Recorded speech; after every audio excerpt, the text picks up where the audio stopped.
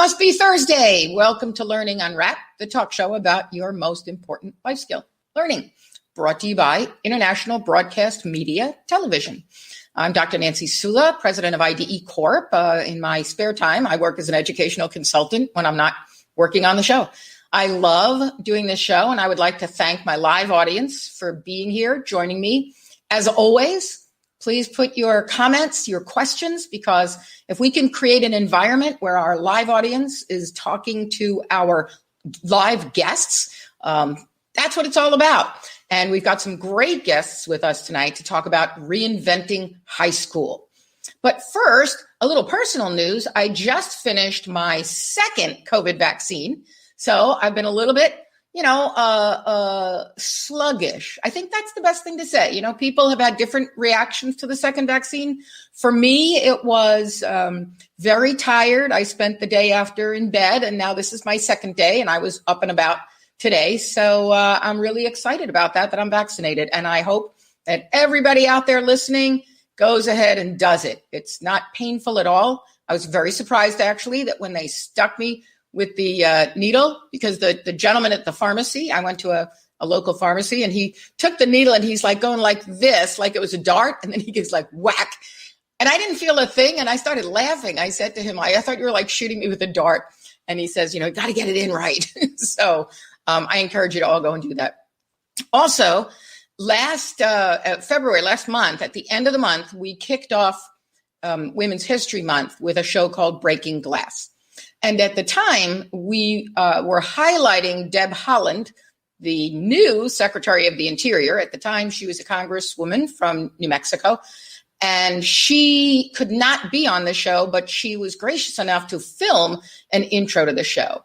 And I'm very excited to say that Deb, who's a member of New Mexico's Laguna Pueblo, has just been confirmed 2 days ago as the first Native American cabinet secretary in U.S. history. So we're going to replay her message to all of us because it's a message I could listen to over and over again, and I think you'll agree.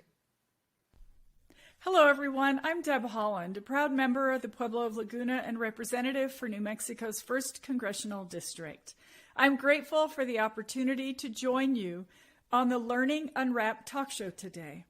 Thank you for taking the time to raise awareness and celebrate women in history.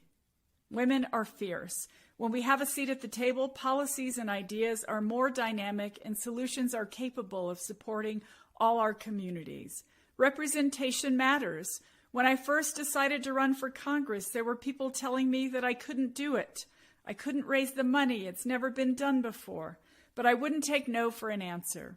I worked hard, ran a campaign I'm proud of, and now have a seat at the table to stand up for those who have never had a voice, to highlight issues that are important to our communities. I am accompanied by many other strong, powerful, and successful women who are breaking glass ceilings each and every day. During Women's History Month, we honor, respect, and celebrate the women who blazed trails before us. We stand on their shoulders as we forge new paths. You all are not just the leaders of tomorrow, you're the leaders of today, and I'm here to support and empower you. I'll leave the ladder down so you can achieve your dreams, and I will lend my shoulders for you to stand on whenever you need them. Thank you again for having me, and be fierce. So it's never been done, but there she is. Thank you so much, Secretary of the Interior, Deb Haaland. Love that. All right, so let's start talking about reinventing high school. First, I'm going to bring in my co-host, which is a gentleman that I work with at IDE Corp. He is a leadership consultant with us. He also consults with a variety of schools and a number of high schools. Please welcome Dave Raffo. Good evening, Nance. How are you? Very well, Dave. How are you? I'm doing great. I never thought in a million years I would hear Nancy Sulla be equated to sluggish. That is something that I just never anticipated would come out of your mouth before, Nance. I know it's not me, is it? It's I'm usually the Energizer Bunny, but I've been like a little bit of brain fog. But I'm good. Excellent. I'm very excited to, have this extremely important conversation on reinventing high schools this evening. Definitely. And just if you want to share some news with everybody, don't you have some new news you learned recently? We did, yeah. So my wife, who might be viewing, Carly Raffo, and I are expecting a new addition, Charlotte Capri Raffo, on July 20th of 2021. Fantastic. Yeah. Little daddy's little girl is coming. Yes. Yeah. So we're very excited. We just got that news last week, and, we can't wait to welcome our little gem in this world. That's awesome. That's awesome. See, apparently one of your colleagues here had no idea. Yeah, we're dropping knowledge on the audience right now. Dave, in the middle of a meeting, Dave will say something like, and when our new baby comes, and I'll be like, what? So this is the way Dave rolls out news. So now that's it. Yeah. It's on international television. Yes. All right. Well, let's start talking about some high schools. Our first guest that we're going to bring in is Chris Hanks. He is the principal of Public Museum High School of the Grand Rapids Public Schools in Michigan. What's interesting is the school is located downtown in the original public museum, and they prioritize learning as a community of learners, with the downtown serving as an extension of the classroom. They were one of 10 schools internationally to receive the XQ Super School grant. He is also formerly an associate professor at the Grand Valley State University. Which is a founding partner of the museum school. He also founded and is the board president of the Grand Rapids Early Discovery Program, which is a nonprofit early childhood education program serving downtown Grand Rapids. He is married with 4 children, Dave. 4. I got some time to catch up there. I think 2 dogs and way too many books and vinyl records. Please welcome Dr. Christopher Hanks. Hello. Pleased to be here. Welcome, Dr. Hanks. If you could start us off by telling us one thing that you learned this week. Okay. So my head is still hurting from this. I was helping out in a math class earlier today and a little bit about the relationship of arc sine and sine, arc cosine and cosine, and arc tangent and tangent, and how those are something like inverses of each other. I don't know if I could say much more, though. How'd you do? Did you stay around for the quiz? I'm still here. He's still standing.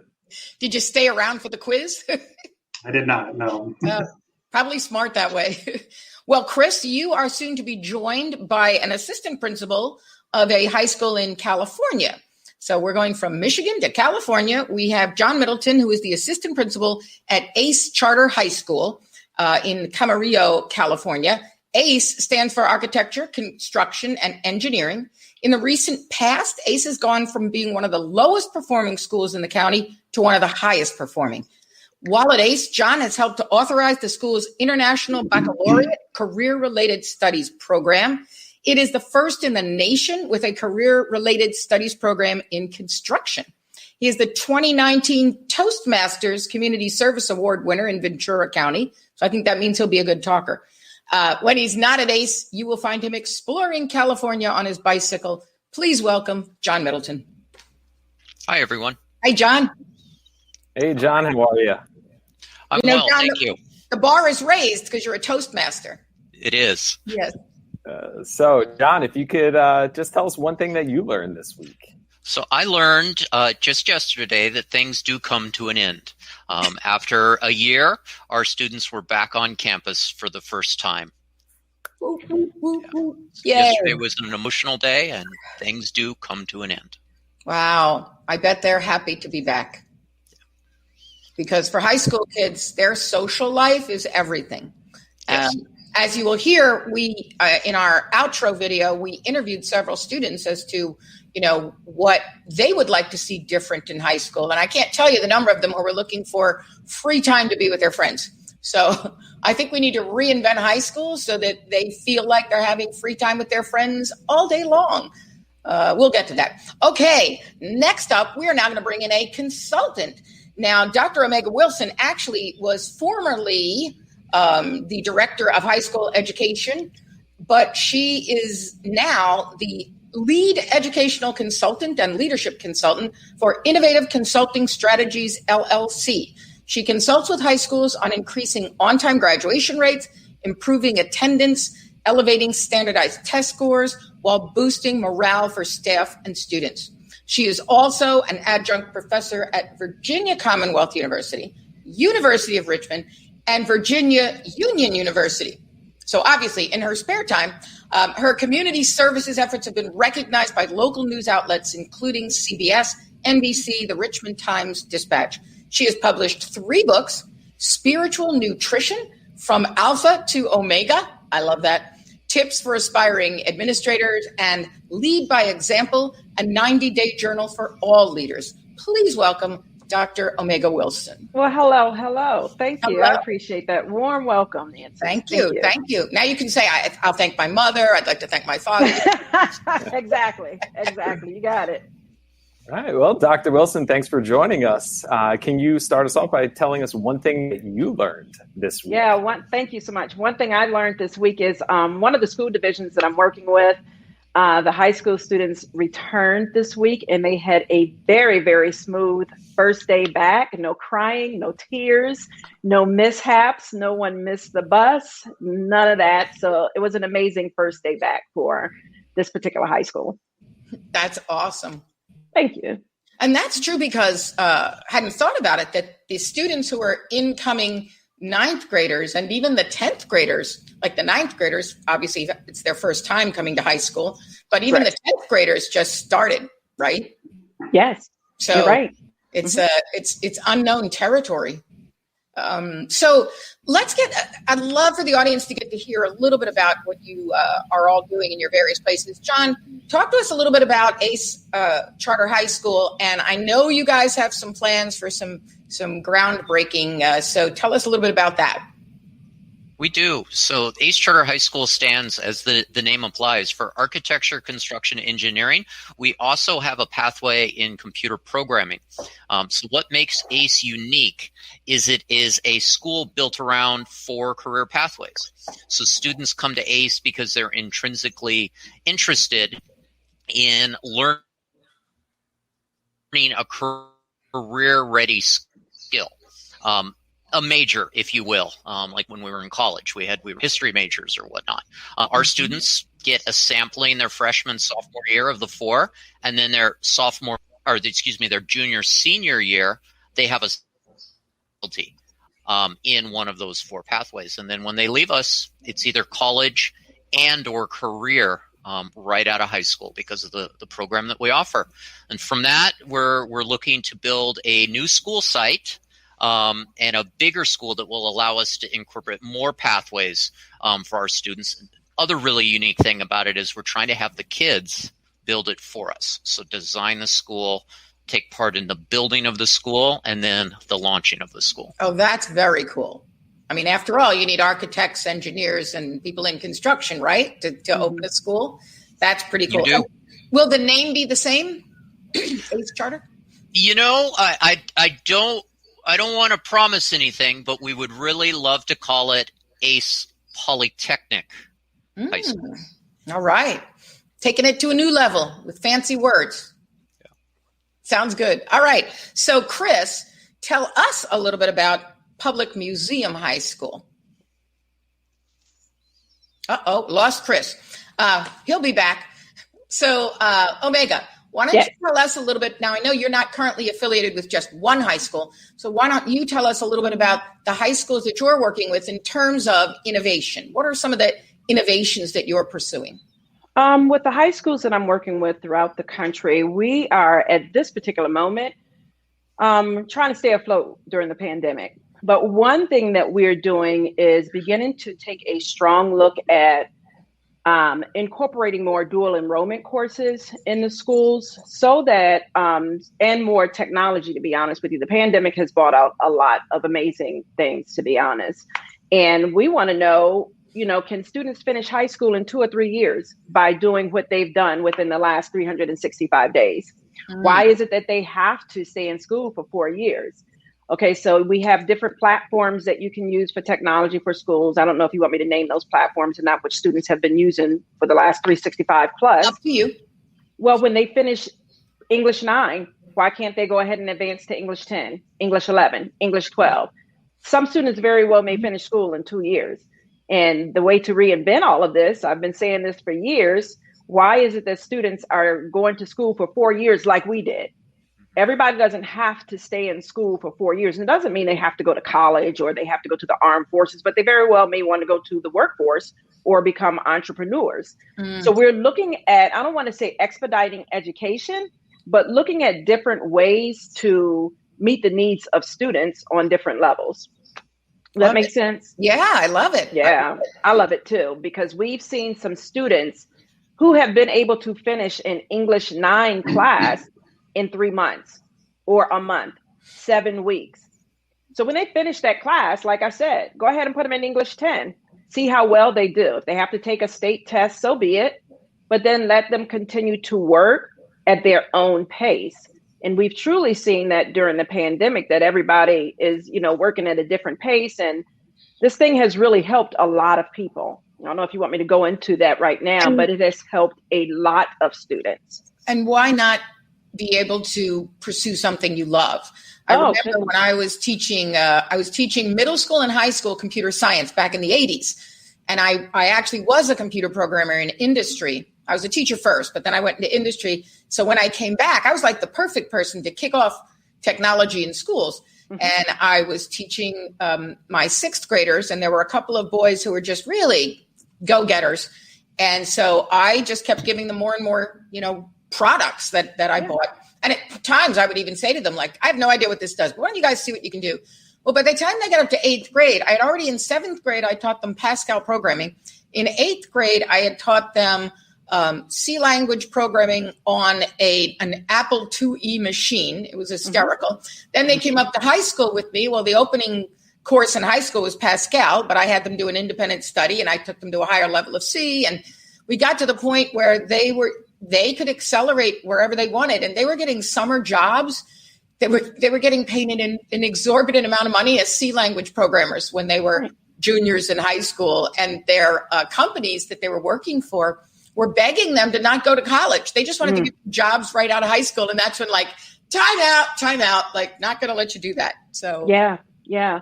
I mean, it's the pandemic has truly been a situation amongst its own self. I mean, it's worked in a negative way, but if you really look at it, for a lot of educators, for a lot of students, it has been 100% helpful. I can't even begin to tell you how many students have benefited from the one-to-one or from being on the computer, because they don't have the distractions that they have in the classroom. They don't have the distractions that they have in the school, period. So I've seen and heard of talked to parents too, and seen so many students who have improved their academic performance. So again, I mean, it's a great time for us to really, really, as educators, become innovative and think outside the box and do something different. Yeah. There's no way in the world we could ever go back to what we were doing 365 plus days ago. It's no way we can do that. No way. And you've used one of my hashtags, which is hashtag do something different. And I kept saying that throughout the pandemic. And I say that I'm releasing my 6th book. Is coming out mid-April on reinventing the classroom experience, learning anywhere, anytime. And it's all about, this is time for us to do something different. So let me ask you all, if you thought about, let's get it down to 3 goals of high school. What would you say they should be? If you were to think of 3 goals of high school, what should we, because if we're going to reinvent high school, we need to get down to, well, what's the purpose? So the purpose of high school is this, this, and this. So what do we think? I know I just talked, but I can jump in if you guys want me to. Go ahead. I think that I know that every single student needs to have, work with me, you all, an IEP, an individualized education plan. When the students hit 9th grade, or actually should have started it before 9th grade, but everybody needs to have a prescribed plan for them so they will know what direction they want to go in. They need to know coming in the 9th grade whether they want to go to college when they finish, or whether they want to go to a trade school. I'm a firm believer in the 4 E's: being enrolled, enlisted, employed, or an entrepreneur. I think that we have to set a prescribed program for every single student to help them get to where they want to be by doing what they want to do. So it sounds like you would say that a big part of high school is that it should be personalized at this point. Yes, ma'am. It has to be. This is one of the reasons, Nancy, why so many students drop out of school. Right. It's not number one reason, of course, is because they don't think that anybody cares about them. But the number two reason is probably because they're bored. Yeah. So we're teaching them in this bubble right here. The kids they're way out there. Their minds are a little more broader sometimes on a lot of things than ours. So why are we making them stay right here? It's almost like we're penalizing or punishing them. Put them on a plan, and then they can see they don't have, I mean, they can go to college, of course, but by the time they get to college, they will know for sure, this is what I really want to study. Or if they become an entrepreneur, as soon as they graduate, they'll say, yeah, I really want to do this. But I think we have to do a better job of implementing some type of a firm plan for the students. I would echo that, Nancy. Our school mission statement says, in part, we want to help teachers, students, have the capacity to pursue their best selves. And I think that's what Dr. Wilson's talking about in personalizing education, providing a variety of experiences. I don't know that, in ninth grade, I had no idea where I wanted to end up. But it would have been great in high school to have a variety of learning experiences. I also think a purpose of high school is to help students impact their communities and become empowered citizen leaders in their communities. So I would add that to the list as well. All right. John, what do you want to add? I think you picked your guests so that everybody would agree with each other tonight. The second thing I was going to say is individualized learning. The first thing that I would say is choice. So give kids a choice as to the curriculum. Give the kids a choice into what it is that they are studying because of what they want to do. Don't create a prepackaged curriculum for every kid that has the same set of courses. Individualize what it is the kid wants to do and give them a choice. And then the last thing that I would add is throw out your standards and embrace a thematic approach to learning. Yes, sir. Right? Get rid of the silos of history, get rid of the silo of English, build out essential questions, and have the kids explore a set of learnings around themes. Well, John, maybe it's not throw out the standards, because the standards themselves, as you read them, can be good. The problem is we teach the standards like they're a list. I've been talking a lot about learning loss. How are we going to get past learning loss? And if you look at standards, there are like 4 standards in a row, and it's like building. And then the last standard is like, the student will be able to write a novel or whatever it is. Yeah. It's like, that's what I call the power standard. And if we looked at the bigger picture, I mean, my work for real decades has been around designing schools around problem-based learning. And I like to call them the 5 Ps of PBL. I think we have an image for that. And the whole idea is start by giving kids a real world, authentic problem to solve, or an authentic challenge they want to pursue. And it can be along any of these lines. And then, run with it. Yeah. I mean, think about this. What if you asked every kid in your high school one essential question at the start of the year? What does it mean to be a member of a community? And then every subject runs with that overarching question throughout everything, whether you're reading The Great Gatsby or you're studying foreign policy in the Middle East. Love what that. does it mean to be a member of the community? Love that. I just want to add, I think thematic integrated curriculum and teaching and learning is exactly the right way to bring relevance and meaning to students' experiences. And I'd love to tell you more about how our school tries to do that. But I do want to also say, when it comes to personalized learning, an idea that I believe in deeply, that we need to always pursue that through the lens of equity in our schools.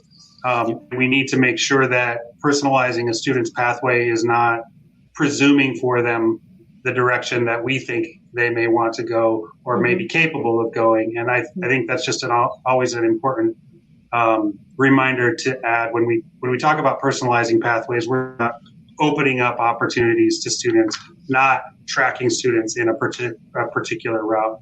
Because one other purpose of education, public education in America, since its origins, has always been to be an equalizer and create access to opportunity for all students. I love that.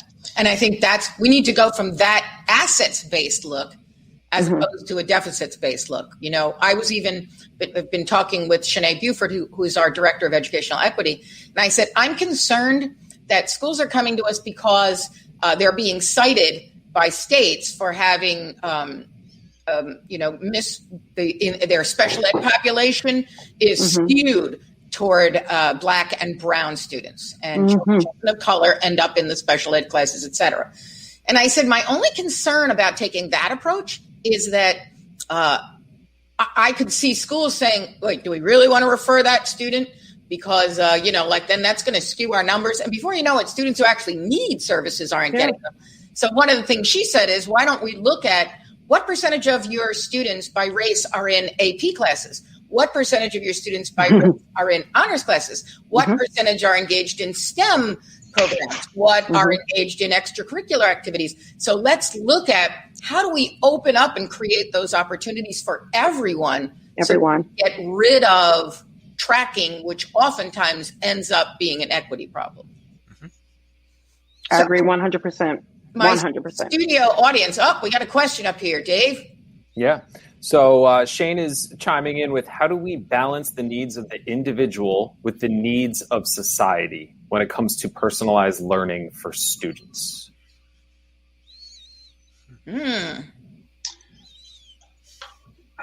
You stumped us. I don't know if I have an answer to that, but I love that question. At our school, we kind of building off some of the conversation about standards and authentic learning. We feel that, Nancy, like you said, if you look at standards carefully, usually they are talking about cognitive skills. They're talking about high-level thinking skills when we interpret them as lists of facts that we go wrong. And so we augment standards with a set of competencies that our school is geared around. And those competencies broaden the understanding of what it means to learn and what those skills might be. So, reading critically, quantitative reasoning, those are in there as they should be, as they would be in any school. But so are, developing self-knowledge and building community. Those are equally important competencies. And I think that, that's a very philosophical question, but and which I love because philosophy is my background. But I think that when we help students find their passions personally and through engagement with others in community, that we don't have to, dictate for them or decide for them how they can contribute. They see those connections. And I think don't shoot at me, you all. I think we have to do a better job of, I don't know who said it a few minutes ago, but allowing the children to have more voice in their career, in their life after high school. I mean, again, we're kind of preparing them, and we have school counselors. This is not a knock on school counselors at all, because at this particular point in time, the majority of them are dealing with mental health issues, and they were doing that before, whether it's suicide or whatever it may be.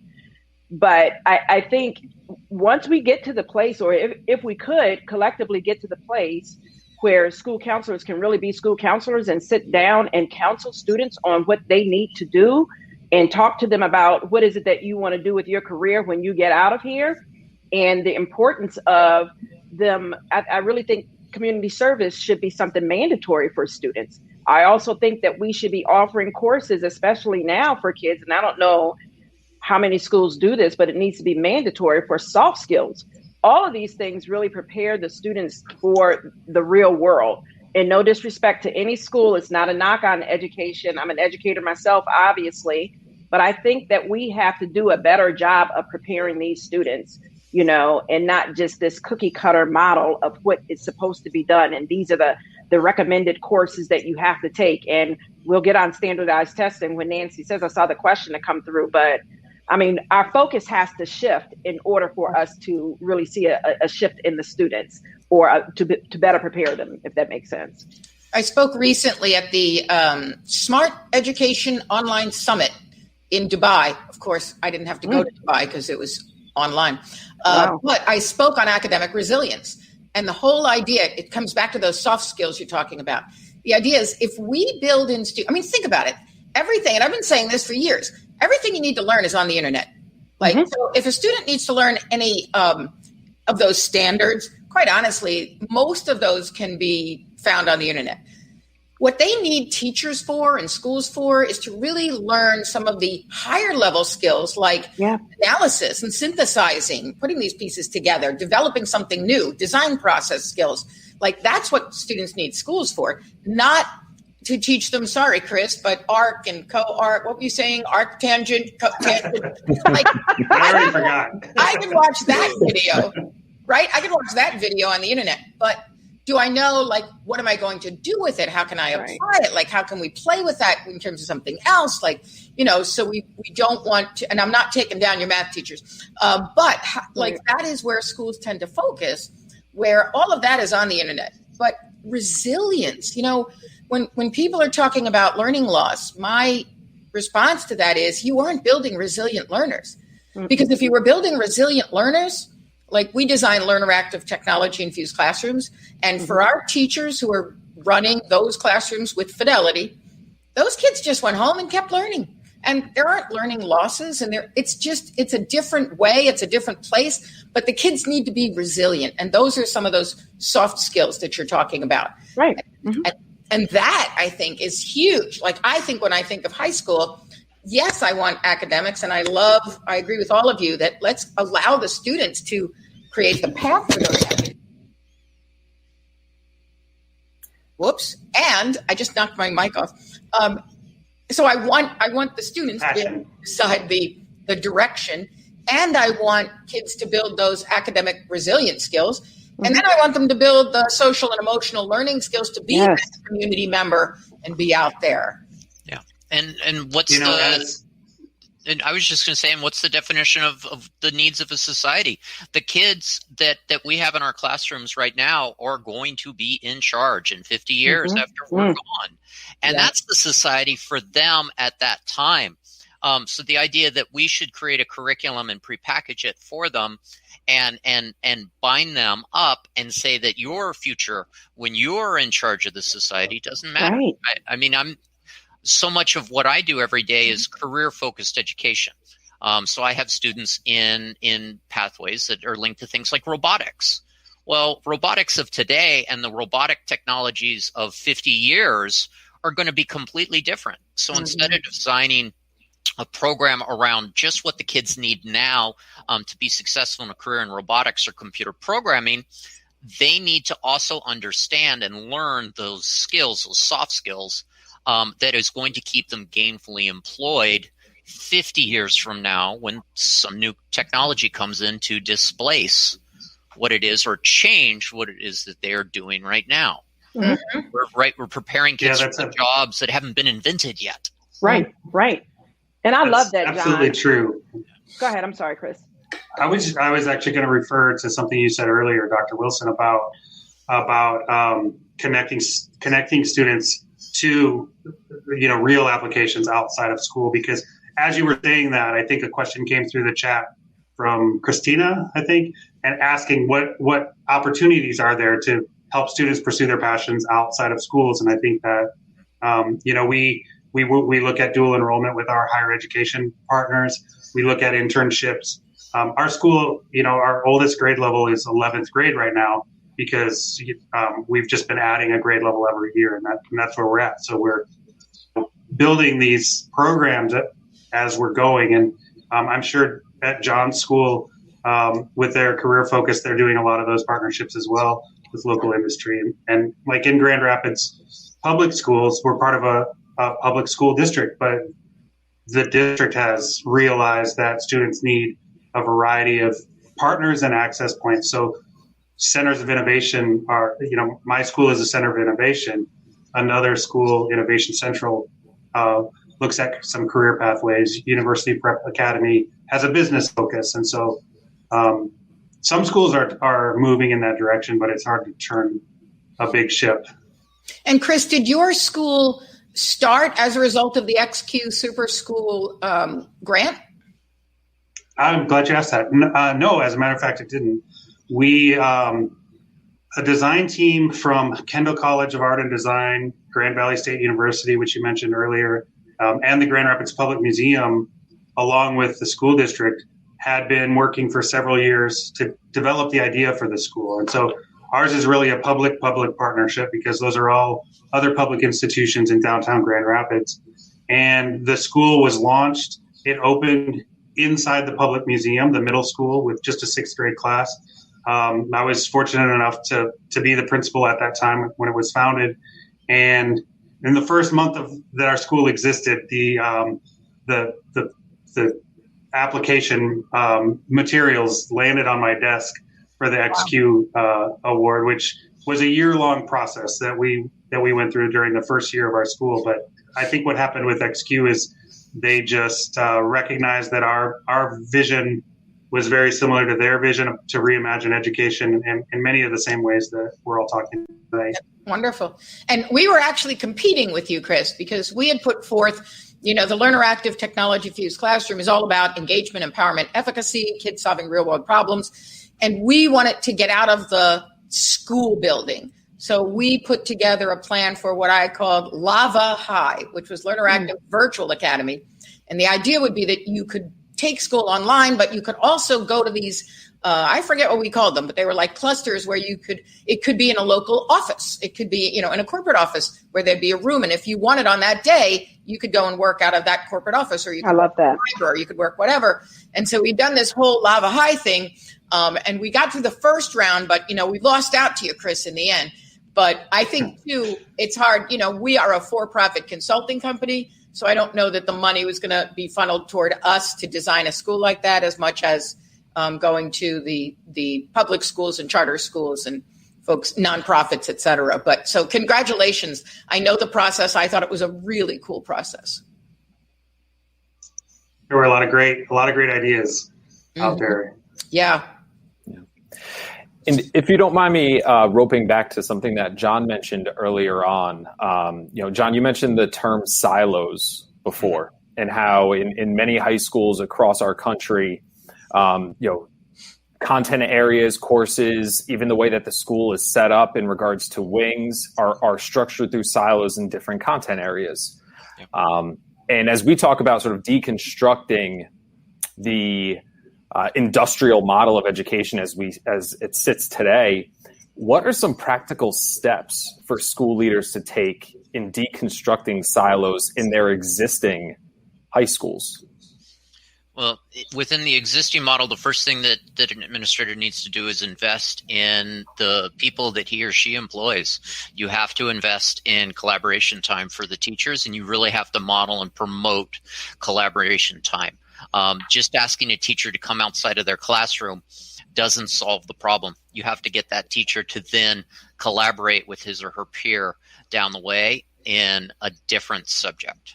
So it's one of the things that we've done at ACE is actively invest time in collaboration time. Our teachers, outside of our COVID schedule, our teachers have an extra hour each day to collaborate with across the grade levels and across the subjects. And then from that, the next thing that I would do within this thematic learning approach is you ask students to design and build projects and problems across the subjects, right? So you're not saying get rid of the English class. You're not saying get rid of the math class. You're asking the math and English teachers to teach their subject, teach their standards around the same universal question, but you're approaching it through the lens of a mathematician. You're approaching it through the lens of an English student. Mm-hmm. Love that. Love it. We can continue on that thread if you have more to say, but first we need to take a short break. Thank International Broadcast Media TV and what's in your mug. So my mug today says high school teacher, only because multitasking ninja is not an actual job title. Shout out to all of the high school teachers everywhere for the tough job you have in being a multitasking ninja. Love that. Omega, what is in your mug?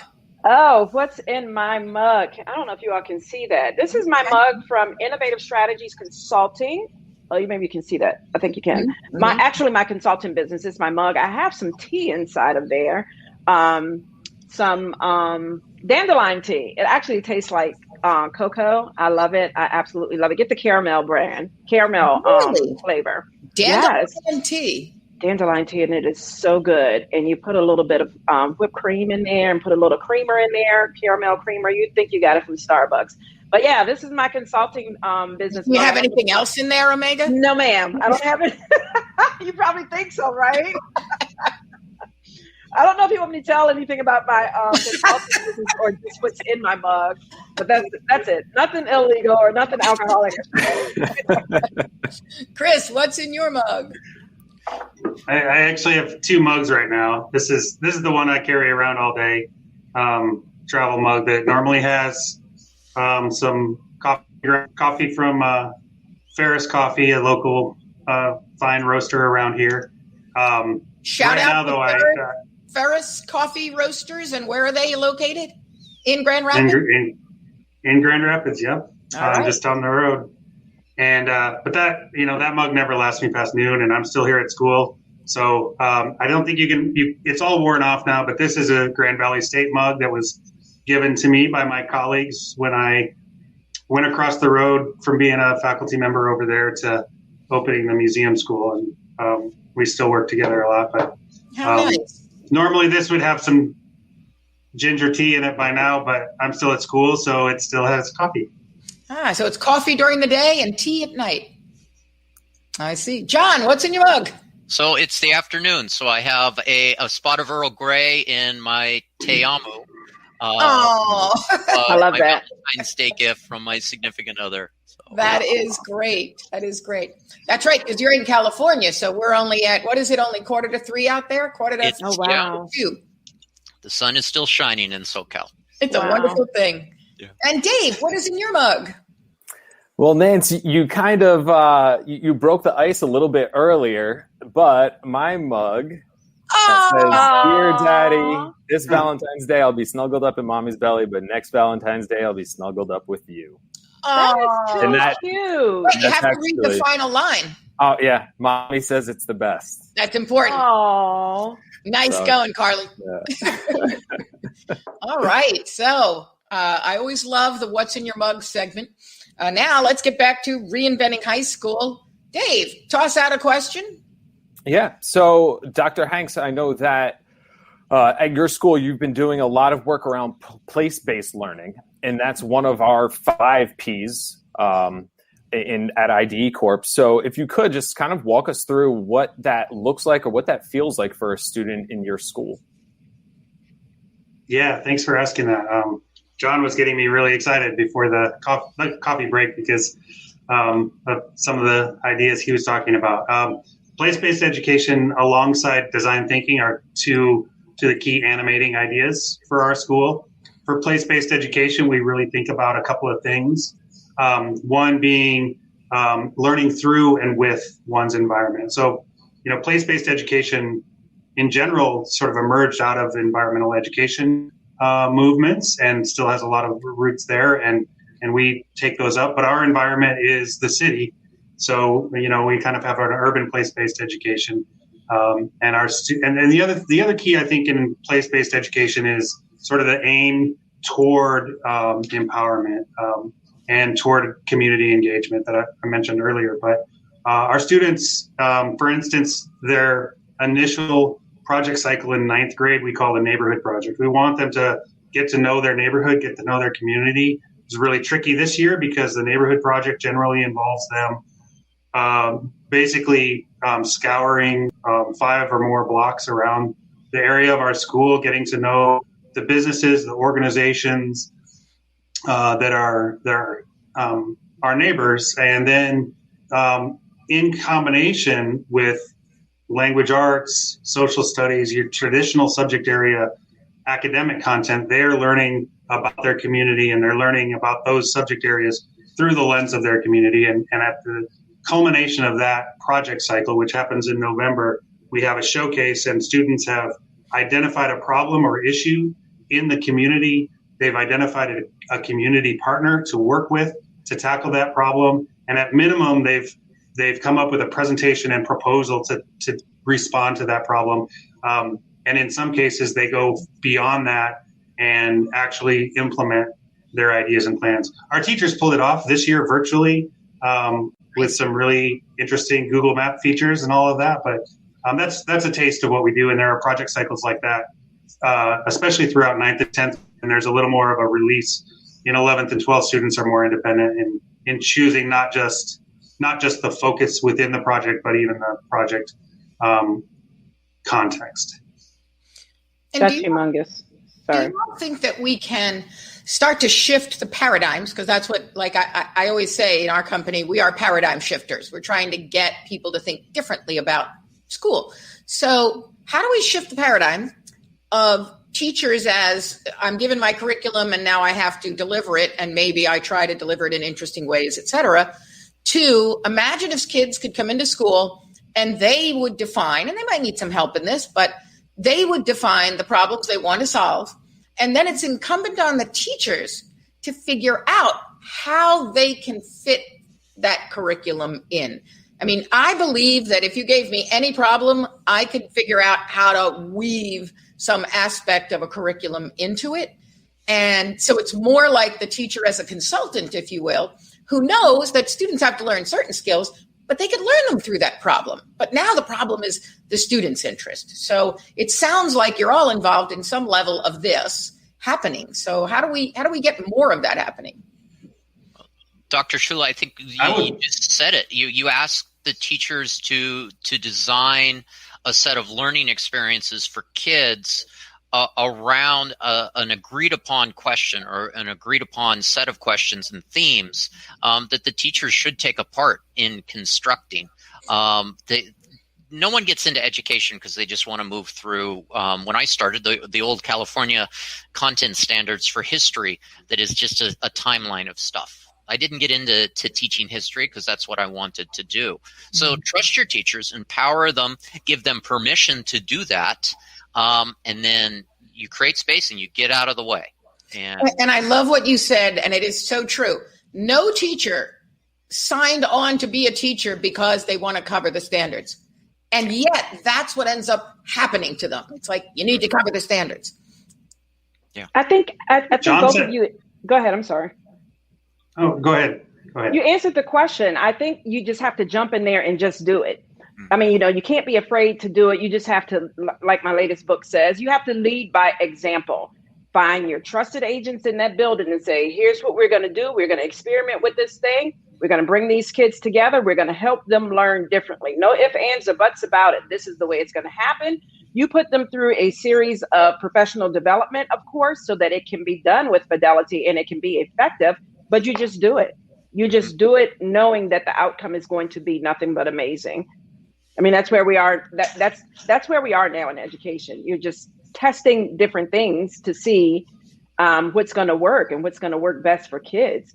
And then you give them the opportunity again to lead as well and to give their voice and to share.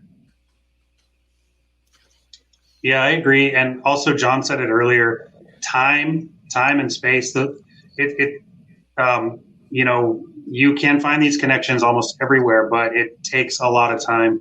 With the XQ grant, we had the fortune to hire a few teachers basically a year before we needed them to teach full time so that they could develop curriculum and develop learning experiences. And that was a huge game changer in us building the sequence of projects and learning experiences that we have. But, and they still have about an extra, hour, 45 minutes to an hour a day, like John mentioned. I also think you need to transform physical space, create spaces where classes can come together, where learning can be in small groups, individual or large groups, and flexible, and schedule and creating space in the daily schedule. You might have an attendance schedule that you report and check in, but don't keep students on 50-minute classes all day long every day. So all of those things, and the professional development piece is huge, and it's got to be ongoing for teachers because we all grew up in this system for the most part, and everybody's an expert at school because we all spent 12 years there, but we're an expert in the old way, and it's anytime you're not thinking intentionally about how to do it differently, you're going to fall back to those old ways. And I think, Nancy, there were two comments that were just phenomenal. A huge part of the recipe is trusting your teachers and getting out of the way. And a lot of times we have to be honest with ourselves in administration. I was not guilty of this. And I think this is one reason why, being the principal of Hermitage High School when I was principal there for 5 years, this is why that was my best job that I ever had in my entire life, because I trusted the teachers, I trusted the administration. And same thing when I was director of high schools for Henrico. You have to trust these people with their skill set and let them go for it. If you make a mistake with it, it's okay. Let's just figure out how we're going to revamp it and figure it out, but you have to trust and get out of the way. You can't micromanage the team. Yeah. One of the neatest things that I've seen over the last year is how my staff has taken the current situation and made the best out of it, but not only extended it forward into something that I have a feeling is going to stick around. An example of that are my two English teachers who have combined their 11th and 12th grade classes into one, because they can do that very easily on Zoom. But so now I've got my 11th and 12th graders in really one big class with two teachers. My math teachers have done the same thing.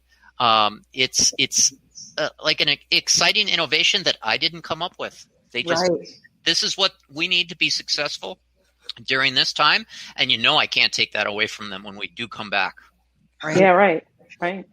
Yeah, it's Max Dupree wrote a book years ago on leadership, the jazz of leadership. I don't even remember what it is. But anyway, part of it was, the one chapter was trust your giants or empower your giants. And it was all about, when you have teachers who come up with innovative ideas, let them run with it, fund it, try it, go with it, because that's when you're going to get the most done.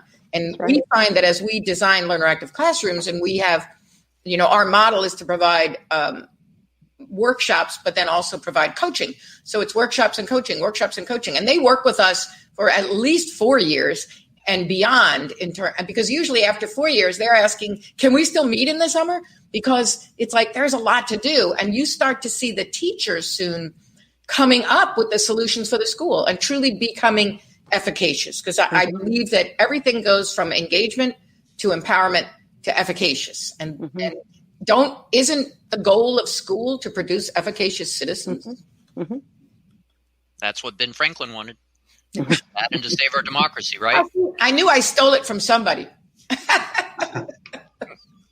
I want to finish up with a couple of comments and your thoughts on the standardized tests, because I saw that several comments came by on the standardized tests.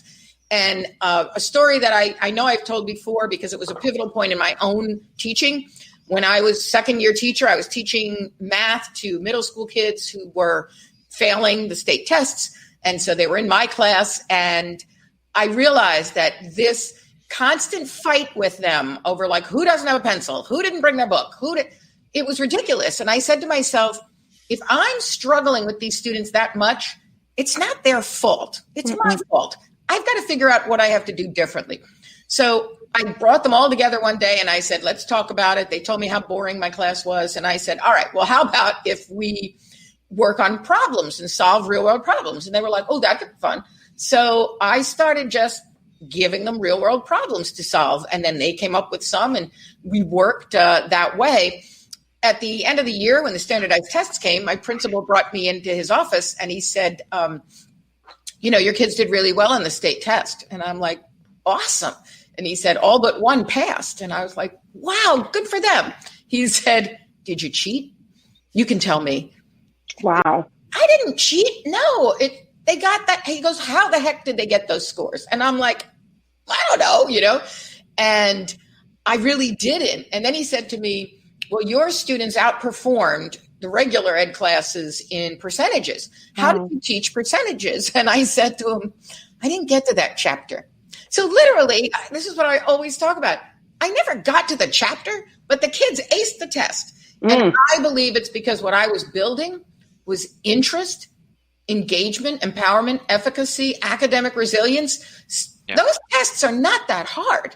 And in many cases now, the tests have changed. So it's not so much about, do you know this particular formula, but it's, do you know how to apply it to a situation? Here's the formula. Do you know how to apply it to a situation? So it's less about memorization and it's more about just feeling good about yourself when you hit those tests. So I think if you take a thematic approach to instruction, if you engage kids, I believe that they'll pass the state tests. We have to stop teaching as though them having all those answers is the be all end all. It's like, you don't have all those answers because you suffered through a lot of lessons. You have those answers because you are an academically resilient person. Go ahead, take it away. Nancy, I'd like to submit the possibility that they did well on that test because you taught them how to solve problems. And that was the next big problem that they were facing. Right. And I think they looked at it like I said to them, we're going to put aside our problems today because we're taking the state test for the next 2 days. And, it's your turn to shine. And that's what I said. I think they approached it like any other problem. So good catch, Chris. I'll be 100% honest with you. During this pandemic, and I kind of felt like this before the pandemic, but during the pandemic, I've been completely blown away that we're still talking about standardized testing. I mean, when you're dealing with or teaching students who are probably homeless or dealing with the death of a loved one or a family member, friend, you're dealing with people who are hungry, people whose parents have lost jobs. Oh, but we need you to focus on that test. Or you're dealing with adults, teachers who are actually dealing with all of those things. We don't even think about the teachers sometimes. We just think that students are dealing with homelessness. Teachers are dealing with that as well. But we want you to teach that test. Right. I think a lot of times that is exactly why students don't do well. Right. That's why, because teachers are teaching to the test. Mm-hmm. I know when I was in Henrico County, the director of CTE and we partnered with one of the schools for technology. The technical schools. And we partnered, I think it was the nursing program, maybe with the math teacher. They collaborated. 100% of those students passed the test. They didn't even focus on the test, the end of the course test. They passed the end of the course test. My point is they focused on real world situations. Mm-hmm. They focused on the future and they gave them things that interested them, mm-hmm. not on making sure, let's do this problem, let's do that problem, let's do this in this little box, these few standards. I think a lot of times we have to really assess ourselves. Now, I do believe there should be some type of an assessment, but to say that we're still focusing on standardized testing, doing the same thing that we were doing 2 years ago when we were not in a pandemic, what in the world is wrong with us? What are we thinking about? Or what are educators thinking about when you're saying we're still talking about a standardized test? I think it's not absurd, but I'm not going to say that it's not absurd. I think it's something that you have to rethink. Yeah. Because you want us to do the same thing that we were doing prior to a pandemic. And it doesn't work. A standardized test doesn't work for everyone. I'm a poor standardized test taker. Give me an essay and I'm going to rock it out the box. I'm going to write, if you tell me to write 1 page, I'm going to write 6. But everyone can't bubble because I analyze it too much. But the other part of that is it interesting to that person? Assess them on something that's going to interest them. That's also equivalent to a standardized test, or that's going to be beneficial for them once they graduate. Yeah. Well, a standardized test is easily quantifiable, right? So we need to move in education. I would argue we need to move into something that's a little more the quality based, right? You can qualify it Right. by what if we had the kids develop portfolios over the course of their educational journey? You know, circling back to where we started, we're talking about individualizing education. Have the students develop a portfolio that shows growth over time, and then when they graduate or they end their formal education, they have something that they can then take with them and say, this is what I learned. And then the school generates some sort of report based off of what it is the kids did. Yeah, 100%. And Chris I think that's a fantastic idea. The senior presentations at ACE are built around your past, present, and future self. Right? That's how you graduate. You didn't pass a bunch of classes. Yeah, that's easy. These get degrees. It's what did you learn?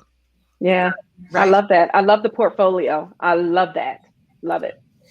Well, I am out of time. And as always, we could go on for a couple more hours. So I want to thank you, John, Omega, Chris, for being here. I'll be tapping you to come back and continue this discussion because you've got some great ideas, and I love the things that are going on in the schools that you're working in, or in your case, Omega working with. So thank you so much for being here. I'm blessed to have you guys on the show. And Dave, as always, thanks for being here to be the co-host. And you guys are going to head backstage, but I'll be back there soon. And I would like to thank our directors, Gwen Fahn from International Broadcast Media TV, and Boyd Adolfson, Lauren Franceskin, and Dr. Carrie Gettner, who are all part of IDE. So for this show to go on, there's a lot of people backstage who are making it all happen. I'd like to thank my live audience because it's always fun to get the questions and the comments from you guys as we go about this show.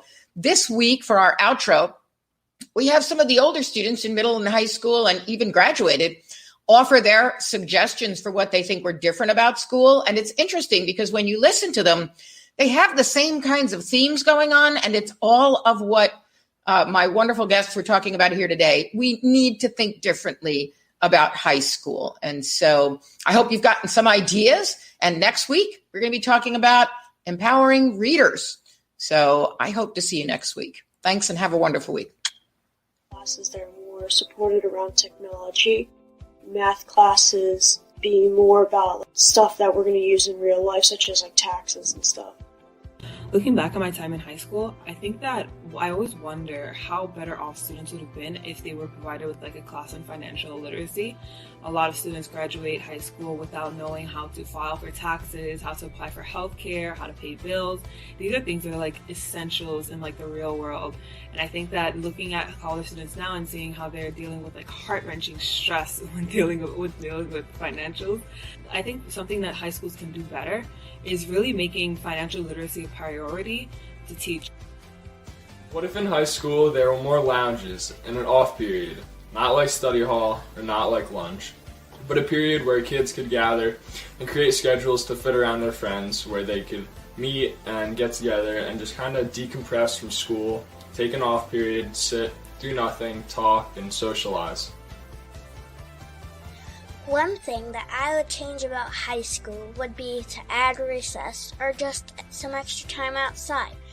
Because you are exercising in gym, but you're also learning. So I think kids need an extra break so they can clear their minds before the second half of the day. I would change about high school is that kids should be able to get out of school to volunteer without missing school hours.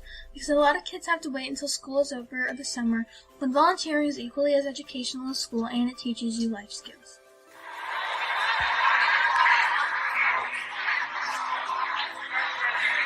This is what high school should be like. Thanks for watching Learning Unwrapped. Tune in next week to talk about empowering readers. Reading, pass it on.